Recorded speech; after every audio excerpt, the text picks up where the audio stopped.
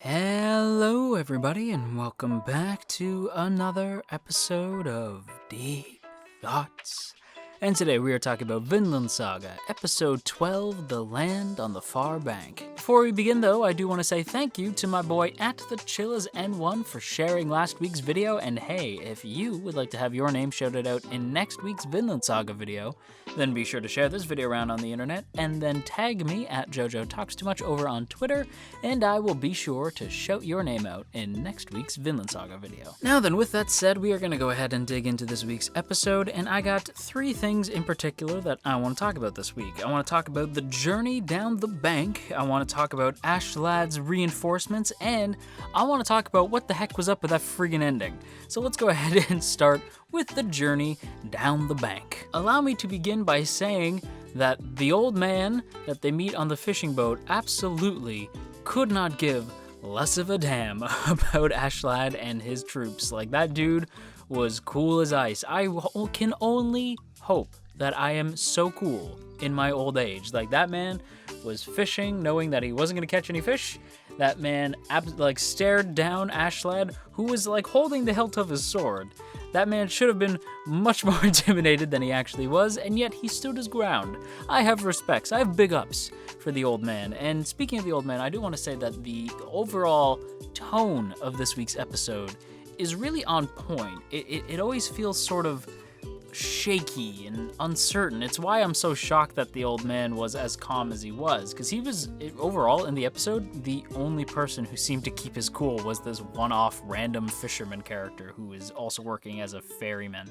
So it was interesting that he was he's the first character we really get who gets to speak in the episode, and he's the only calm one for the rest of the episode, though. And even in that scene, even though the old man's not feeling it, the overall tension in the episode is palpable. Everybody's feeling sort of on edge. Everybody's feeling a little bit nervous, a little bit worn down, a little bit angry.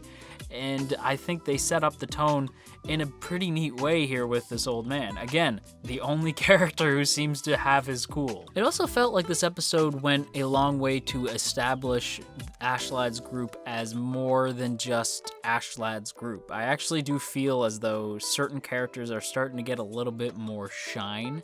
Namely, the Ear, who, for the longest time, all these, ASKELADD'S roving band of bandits was just that. They were a roving band. They didn't really have a personality. Now, you're starting to see personalities come out. We don't know all the names, we don't know, or even nicknames for a lot of these characters, but they still sort of act as this band of characters who all, at first, in previous episodes, shared the same sort of voice, but now each of these characters feels unique from each other. And we're starting to learn some of their names, like the Ear, and we're even starting to kind of flesh out the other characters who were introduced to the group recently, like the priest, like Prince Canute, like Ragnar, who, admittedly, Prince Canute, or Canute, I've been told that it's pronounced either as Canute or Canute. I'm going to say both in the same way I say ASKELADD and ASKELADD in these videos, just for the sake of hopefully not driving everybody insane. But ASKELADD and Canute are kind of not driving me insane. I wouldn't go that far, but they are definitely characters who are sort of getting under my skin a little bit. Whereas characters like the Ear, I like the Ear. I know I meant to start specifically talking about the Ear actually when I got to this point. And only kind of touch on the other characters, because I think the Ear is kind of a fun character. He's their Legolas in a sense. Maybe not as pretty as Legolas.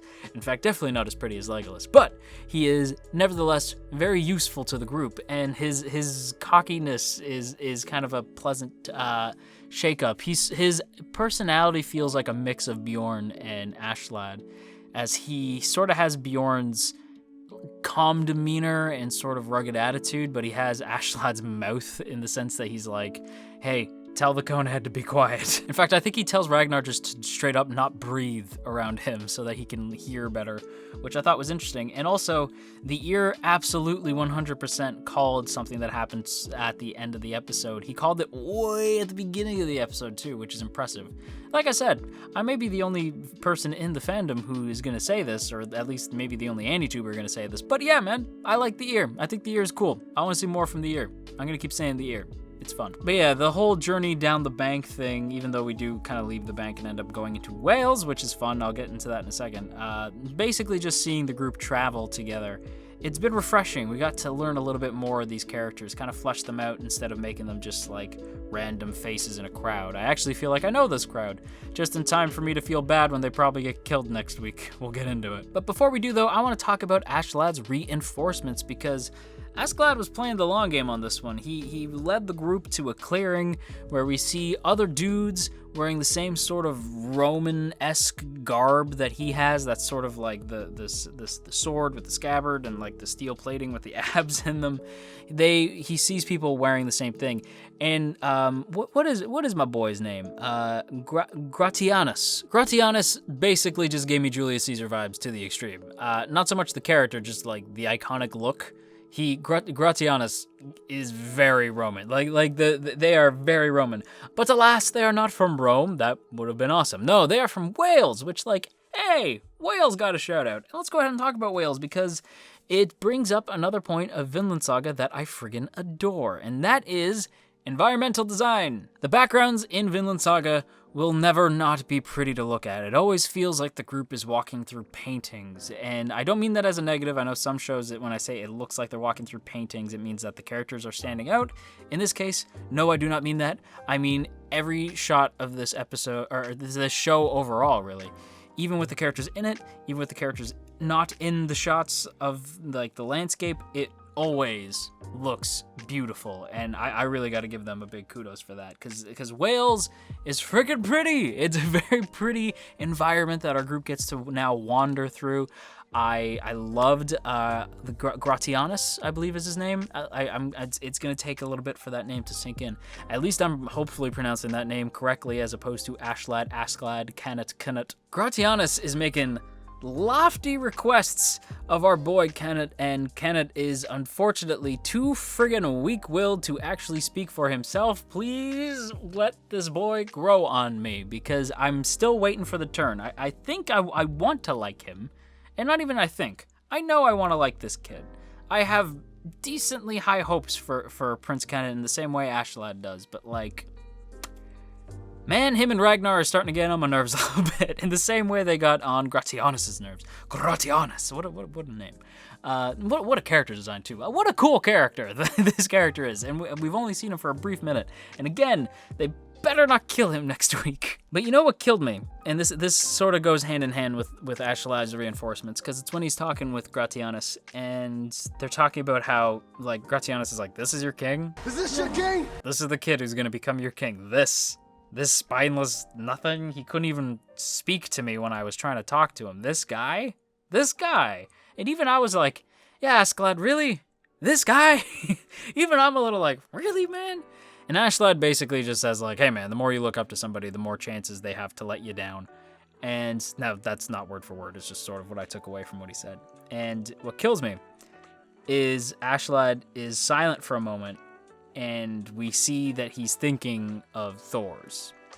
And the fact that ASKELADD still thinks of Thor's at all tells me he really did mean what he said to Thor's. He really did genuinely admire Thor's, and killing Thor's is still weighing heavy on him. And I think that's just another point to ASKELADD's character. ASKELADD is fascinating, man. Like, he is just one of the more interesting characters of this entire year. And he's still an antagonist. I've seen some people say, like, is he an antagonist? Yes. But that's what makes him interesting, is he's complex. Like, the fact that you even have to question it tells you a lot. And I swear to all that is good and true, if ASKELADD or Gratianus or any of the crew dies next week, I'm gonna riot. And why do I keep bringing that up? Because let's go ahead and talk about what the friggin' heck was up with that ending. The group gets ambushed. And now, was it Thor kills men? I'm going to safely assume yes, because Thorkel looks pretty dang happy with himself at the end of the episode, but I don't know. And they killed the friggin' horse. Why do horses always gotta die in anime? What is it with Studio Wit and killing horses? What is that about, Wit? But yeah, at the tail end of this, the group gets ambushed and they are surrounded with archers, and their arrows will blot out the sun. And I am concerned. I have concerns. Although the one thing I think that can save Canut, because in the scene I noticed this, is Thorfinn stepping up with the shield, and they sort of had like this moment where kind of was just afraid to look at Thorfinn because Thorfinn like gave him like the mean glare, but Thorfinn still kind of like raised the shield, and he's like, all right, idiot, I promised Askeladd that I would protect you, and if I do, then I get my duel with him, so behind me. And I was like, oh no, I feel like I may grow to ship this. I don't know how I feel about that. I'm sure manga fans are like, no, but dude, I'm sorry, I can't help it, man. I don't know. I'm a shipper. I accept this about myself. I am shipping trash. I'm sorry. Will I actually ship it? Probably not, but I don't know. I saw it and I thought it was worth noting in one of these videos. It's my freaking video. I thought it was worth noting. So there you go. But yeah, this killed me. The fact that they're totally cornered, and just as I'm thinking like, oh no, just as I have that thought, we see a harbor. And we see old man Leif, and I'm like, Leif Erikson, where in the seven hells have you been, my boy? What a surprise, although he got old.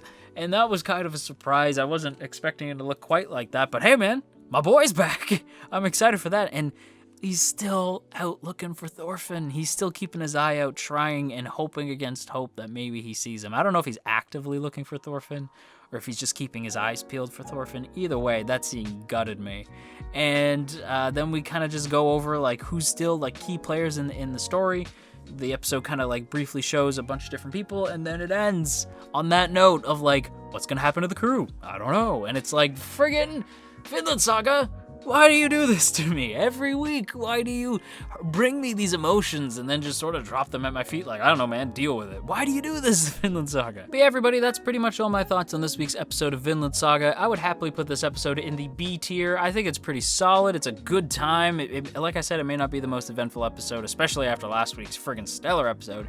This is more of a transitionary episode, and I really enjoyed it. But hey, before we end today's video, as always, I have to give a big shout out to the good folks over on Patreon, namely those in the Earl Grey tier.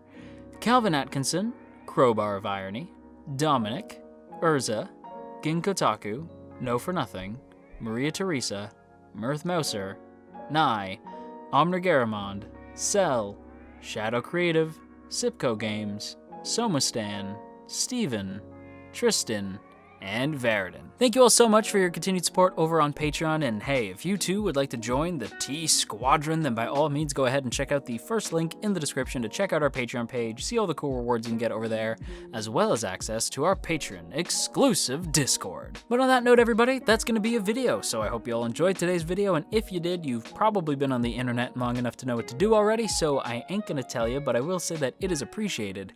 And if you are feeling stressed out today, then go grab yourself a warm cup of tea, and I will talk to you all again real soon.